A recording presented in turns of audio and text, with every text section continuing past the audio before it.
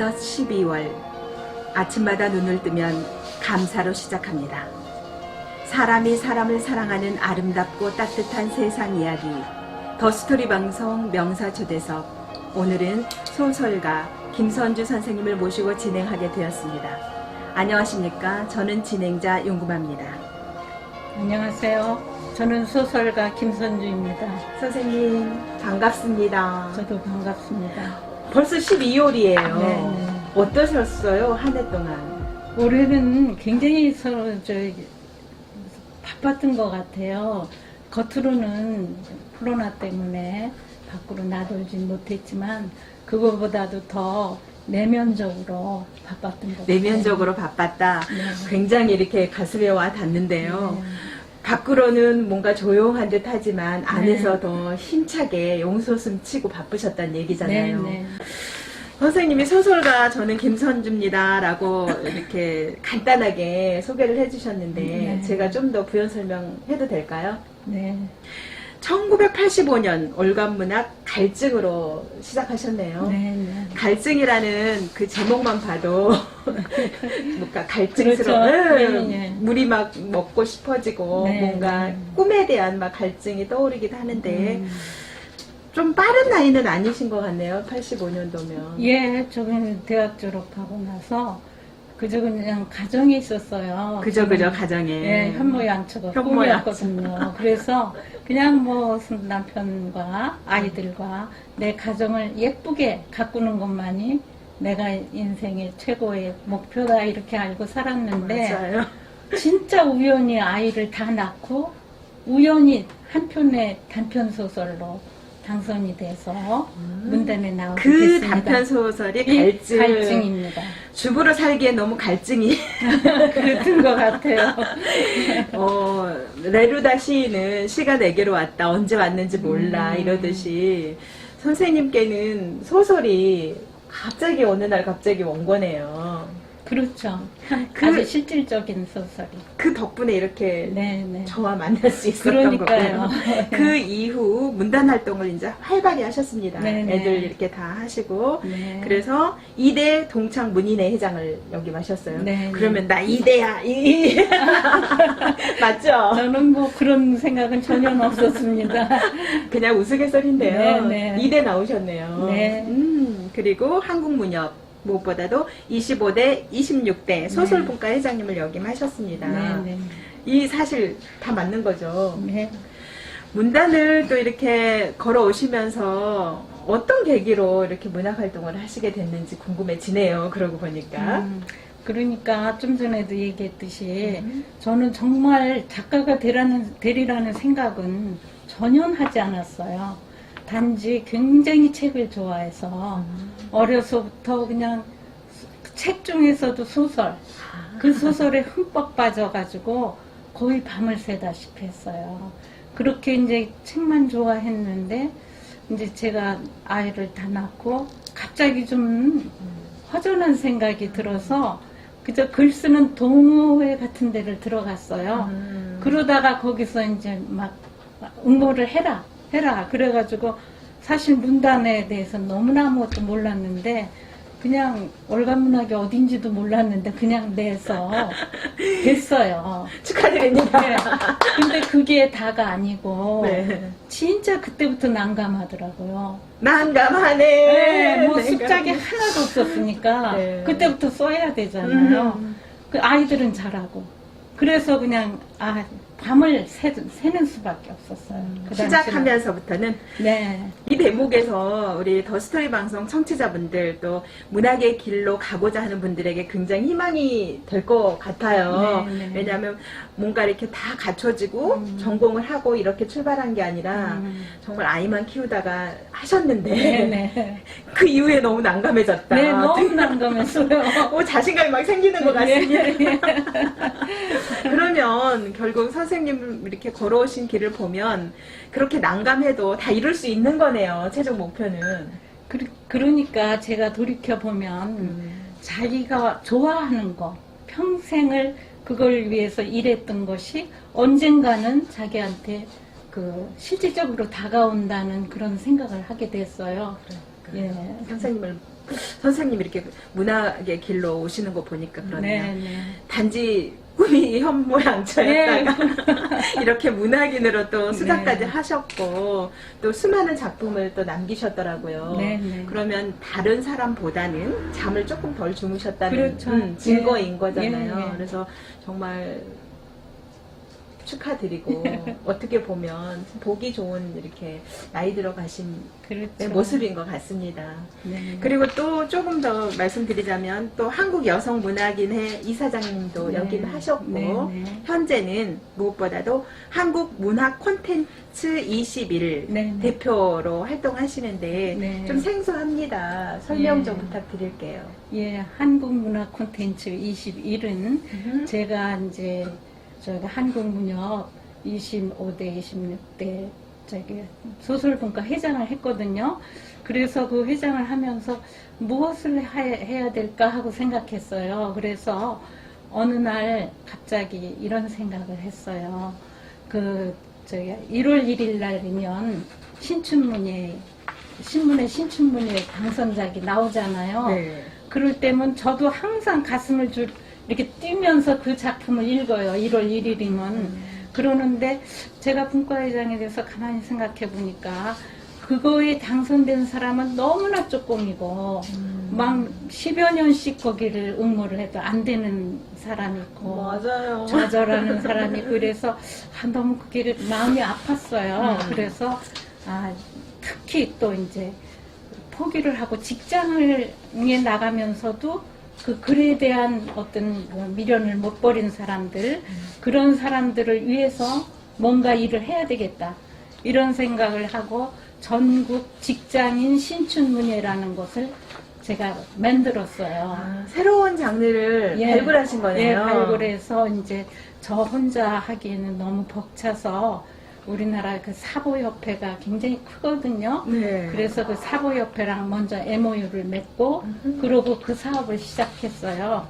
그래서 지금 이제 7회까지 우와. 하고 많은 사람들이 거기 직장인들이 응모를 하고 그래서 아주 지금 그 동인들도 많이 생기고 보람을 느낍니다. 와, 멋지세요. 네, 네. 거기서 멈추지 않고 새로운 컨텐츠 또 새로운 갈증인들에게 해소하는 네. 와, 네. 멋지시네요. 그래서 문화 굉장히 콘텐츠. 저는 그거를 자부심을 갖고 있습니다. 저는 20일 그래서 오래 생겼나 했는데 아니요. 조금 됐네요. 예, 7년 7년 됐으니까 굉장히 앞서가신 그 일을 그리고 하셨네요. 그야말로 신춘 3월 달에 3월달에. 시상식을 합니다. 그럼 2022년 3월에 네. 8회가 되는 거네요. 네네. 그때 또 저희가 그럼 찾아가야겠네요. 네, 찾아오세요. 너무 네. 멋진, 예. 그야말로 꼭 굉장히 성대하게 합니다.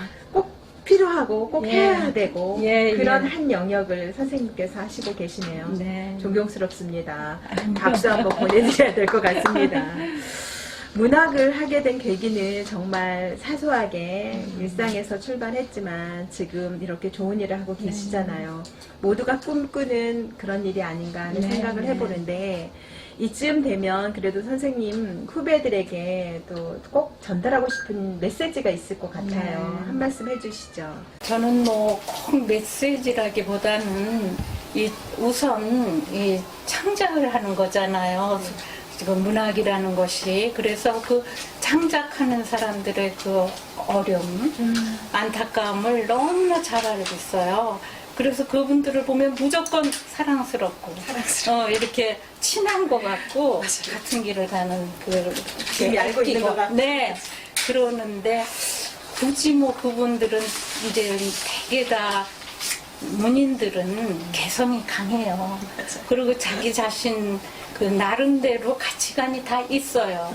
그래서 제가 뭐를 어떻게 하는 것보다 그 선배의 모습, 그러니까 글을 열심히 쓰고 그러고 뭐 자기 사생활, 그 가정과 모든 것에 열심히 하는 모습을 보고 만일에 그게 거부감이 없다면 그것이 그분들에게 꿈과 희망을 주는 것이 아닐까 이렇게 생각합니다.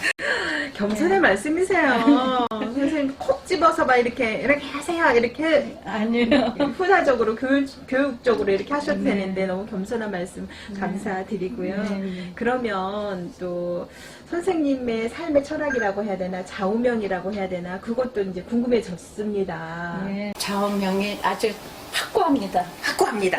왜냐하면 어떤 좌우명이? 사필 규정. 사필 규정. 그것을 네. 굉장히 좋아하고 믿습니다. 네. 그것은 왜 그러냐면은 우리 아버지께서 학교 교육도 중요하지만 지식을 넣어주는 학교 교육도 중요하지만 먼저 사람의 인성을 올바르게 하는 그 가정교육이 가장 중요하다고 말씀하셨어요. 그래가지고 아버지께서 굉장히 엄격한 교육을 하셨어요.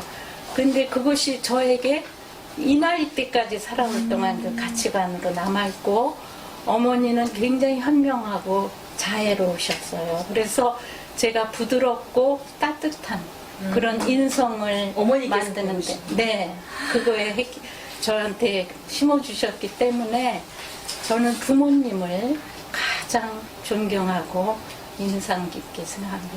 인성을 빼놓고는 그 어떤 이야기도 필요치 않는 네, 거잖아요. 네, 네. 그러면 선생님은 또 후회되는 일도 별로 없으시겠어요. 후회되는 일은 글쎄 막 시시때때로 있죠. 오늘 내가 무슨 일을 했는데 왜 이렇게 안 했으면 됐으리라 하는 그런 후회되는 거는 있지만 전체적으로는 제가 택한 길에 항상 최선을 다했고 또 그냥 열심히 노력하고 뭐 그랬기 때문에 굳이 후회 같은 거는 별로 안 하고 제가 이런 선생님 말씀 관상을 좀 볼 줄 아는데 예, 예. 그러실 것 같습니다. 작품 얘기를 안 할 수가 없네요. 선생님의 작품들을 보면 대부분 작품들로 또 상을 많이 받으셨더라고요. 네, 네, 이 네. 작품은 영어로 써 있어요. 영어로.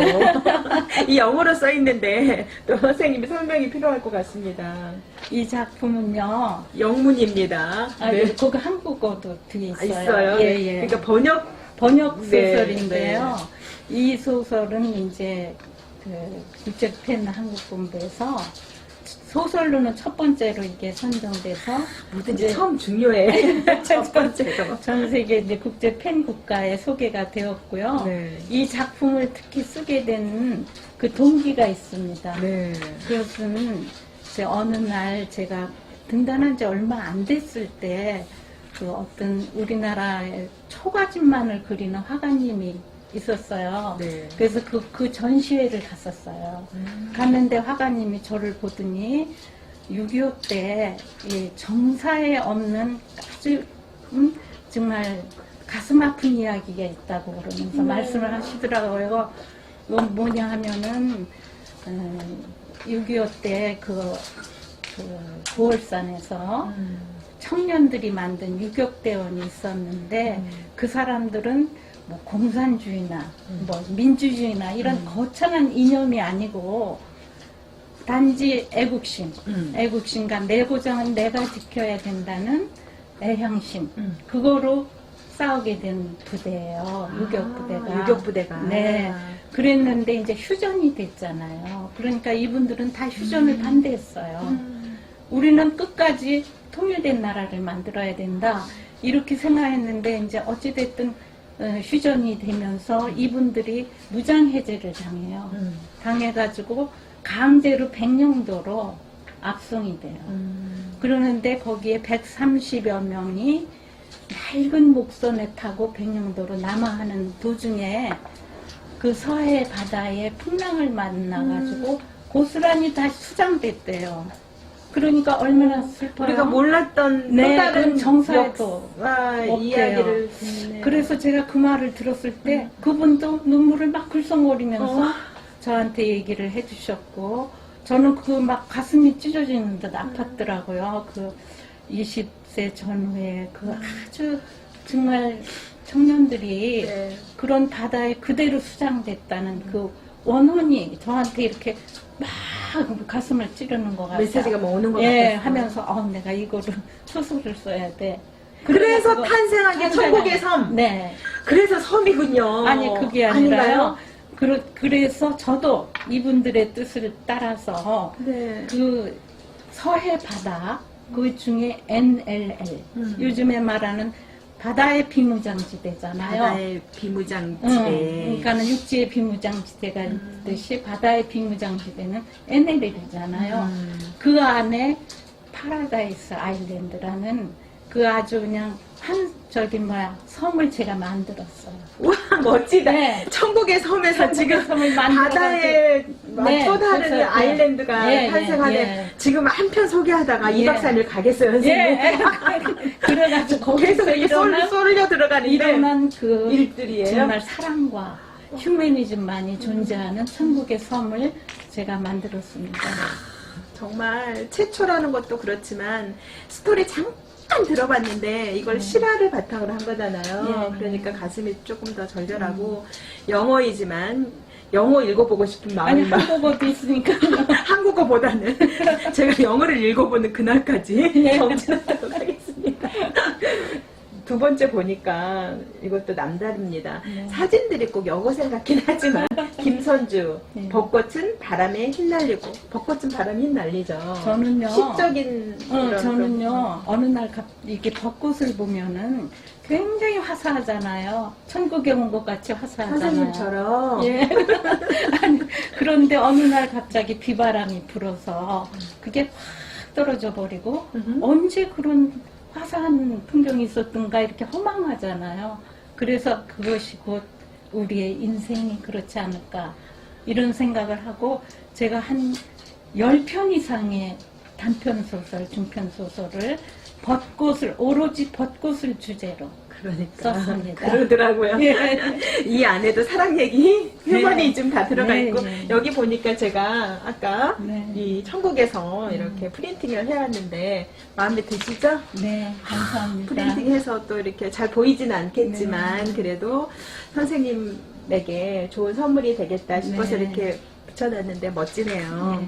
소설들마다 선생님들이 다 문학상을 받으시고 네. 의미가 있는 네, 책들이더라고요. 네. 근데 이제 또 제가 잠깐 또 소개하고 싶은 그림자 짙은 그림자라고 네. 심오합니다. 제목 자체가 어떤 이야기일까요? 그림자 짙은 아버지가 좀 완고해가지고 결혼을 반대를 했어요. 그래서 결국은 결혼을 사랑하는 사람과 결혼을 못하고 헤어진 여자의 이야기예요. 그래서 선생님 이야기는 아니고 저는 그런 얘기는 아니고요. 그래서 이제 그 여자가 20여 년을 아이를 낳고 잘 살다가 그 옛날 애인을 찾아서 미국에 갑니다. 미국으로 그 남자도 너무나 좌절을 못 이기고 미국으로 갔거든요. 그래서 가서 그 남자를 만나요. 그 첫사랑 그 남자. 예, 만나면서 정말 그 허망감, 그 망가진 남자의 모습, 그걸 보면서 짙은 그림자라 그 남자한테 어려 있는 걸 봐요. 그래 그런 소설이에요.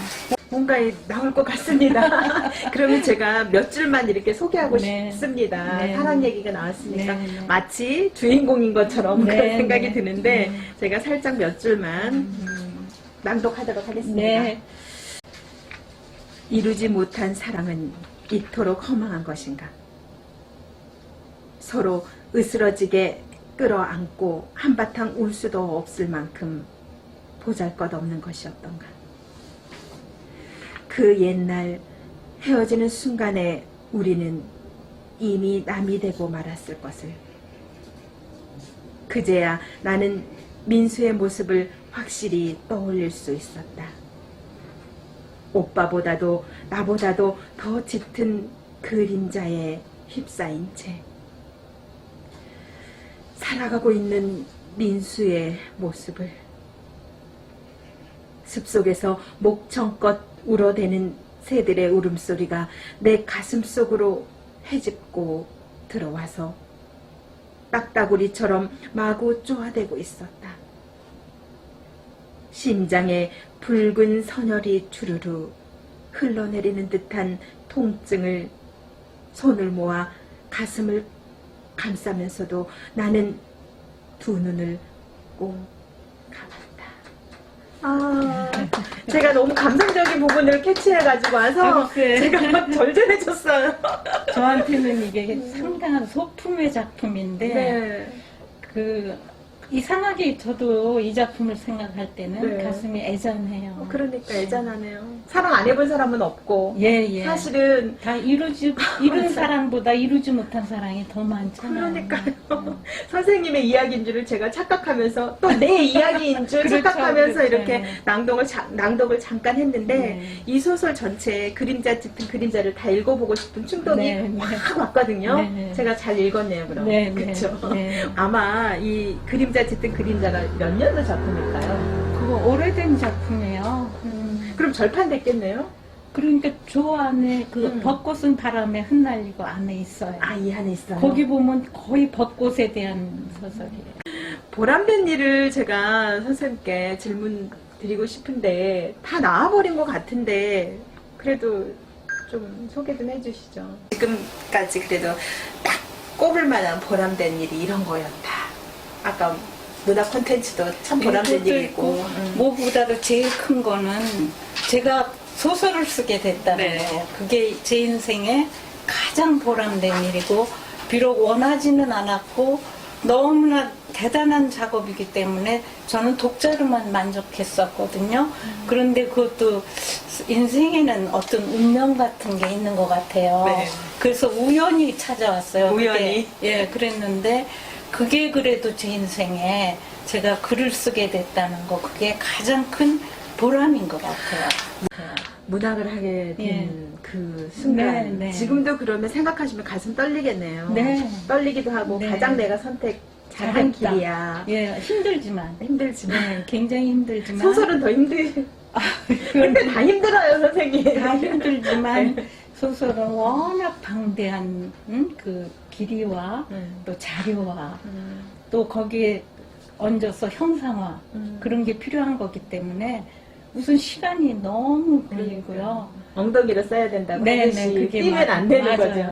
선생님 개인적으로 2021년 또 희망적인 메시지 좀 주신다면. 희망적인 뭐 것까지는 없지만 우리가 그동안 너무나 이렇게 밖으로 많이 나돌았던 것 같아요. 첫째 이제 그 문학인들은 우선 내면을 채우고 많은 책을 읽고 지식을 쌓아야지 한 편의 작품이 나오잖아요. 그러는데 너무 어떤 밖에 문학 행사라든가 뭐 그런 게 너무 많아서 화려한. 네, 그래서 이건 아니지 않나 그러는데 이제 물론 강제로 좋지 않은 사건으로 이렇게 우리가 밖을 못 나가게 됐지만 그래도 그때 더 내면을 살피고 더 자기의 그 철학을 깊이 들어가고 이렇게 해서 좀 더 저기 수준 높은 작품을 만드는데 우리가 다 애를 써야 되지 않을까 하는 생각입니다. 결론은 공부하라 이 말씀이신 거죠? 예, 예. 인생은 공부예요. 맞습니다. 우리 구독자와 시청자분들에게도 한 말씀 해주시면 감사하겠습니다. 예, 이게 저도 이제 요 근래에 이 더 스토리 방송을 보게 됐어요. 그런데 굉장히 도움이 되고 또 이걸 주관하시는 분들한테 박수를 쳐주고 싶더라고요. 이게 예, 그냥 침대에 누워서도 뭐 그냥 멍하니 있을 때도 그걸 틀어놓으면은 굉장히 뭐라 그럴까 가슴이 뿌듯해지고 그렇더라고요. 그래서 앞으로 더 발전하실 거를 저는 틀림없이 믿습니다. 아, 감사합니다. 윤구마의 명사조대서 네. 아까 소설분과 25대, 26대 회장 역임하셨잖아요. 네, 그래도 많은 소설인들에게도 네. 한 말씀 또 딱 집어서 해주시면 감사하겠습니다. 네. 소설가님들 제발 너무 좌절하지 마시고 그냥 그래도 매일매일 조금씩 자기 일을 기록하고 또 크게는 한 작품을 만들어 가면서 삶을 여유롭게 가꾸어 가기 바라겠습니다. 감사합니다. 작품들 소개를 더 많이 하고 싶었는데 시간 관계상 다 네. 못했잖아요. 그래도 선생님이 이런 작품 한두 개 정도는 제목만이라도 좀 해주시면 감사하겠습니다. 저는 이제 제가 좋아하는 작품이 죽어가는 사람의 하루를 쓴 요나의 기억이라는 작품이 있어요. 그래서 죽어가는 사람은 도대체 어떻게 죽어갈까?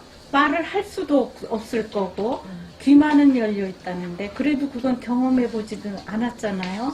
그래서 그걸 소설로 만든 요나의 기억이라는 게 굉장히 좋았고 제가 기억에 남고 네. 그러고 이제 또 아까 뭐 소개한 거 말고 또 박제된 새라는 게 있어요. 박제된 새. 네, 박제된 새. 아들을 학생운동으로 잃은 그 아버지가 너무너무 안타까워서 그 아들의 시체를 산에다 뿌렸는데 그것도 후회스러워서 새들을 박제하면서 살아가는 이야기예요. 근데 그것도 뭐 세월이 아무리 가도 우리가 다 느낄 수 있는 그런 감정이 아닌가 싶어서. 이런 어마어마한 분을 제가 모셔서 아니에요. 대담을 나누었습니다. 아니에요. 여러분, 오늘도 정말 소설처럼 서로 사랑하고, 네. 네, 네. 서로 또 인격적으로 대하고, 네, 네. 의미 있는 하루 되셨으면 좋겠습니다. 아유. 지금까지 선생님 귀한 시간 내주시고, 소중한 말씀 해주셔서 감사드립니다. 네, 네. 윤구마 선생님도 앞으로 더욱더 잘 되고 행복하세요. 감사합니다. 잘 될 것 같아요. 잘 배워야 하고요. 네, 네. 왜냐하면 꾸준히 한다는 건 되게 중요한 것 같으니까요. 그럼요. 제가 네. 꾸준히 걸어왔고 예. 걸어갈 것입니다. 예, 예. 네. 그러면 더 스토리 방송 명사초대석 여기서 마치려고 합니다. 네. 더 아쉬운 점 없으시죠? 앞으로 뭐 한 2시간도 더 할 것 같아요. 그럼 2탄, 3탄을 네. 나오시면 될 것 같습니다. 여러분 감사합니다. 오늘도 소중한 하루 보내시고요. 봄에는 벚꽃 휘날릴 때 네, 네. 다시 뵙도록 하겠습니다. 네. 사람이 사람을 사랑하는 아름답고 따뜻한 세상 이야기 더 스토리 방송 명사초대석 여기서 대담을 마치도록 하겠습니다. 지금까지 구성 진행의 윤구마 대담에는 천국의 성처자 소설가 김선주 선생님이 함께 해주셨습니다. 여러분 감사합니다. 감사합니다. 저는 다음 시간에 다시 오겠습니다.